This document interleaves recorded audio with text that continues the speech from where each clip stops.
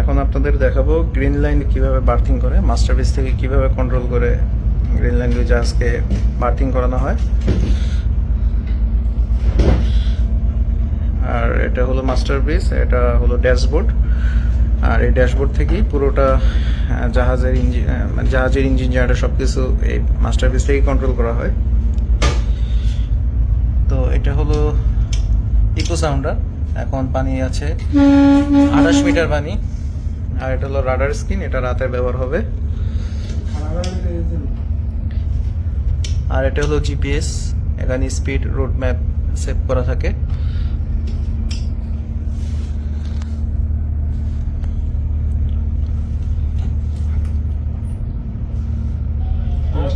So ওই joystick যেটা আছে ওটা হলো হাইড্রোলিক স্টিয়ারিং। জাহাজ ডানে বামে ওই জয়স্টিকের মাধ্যমে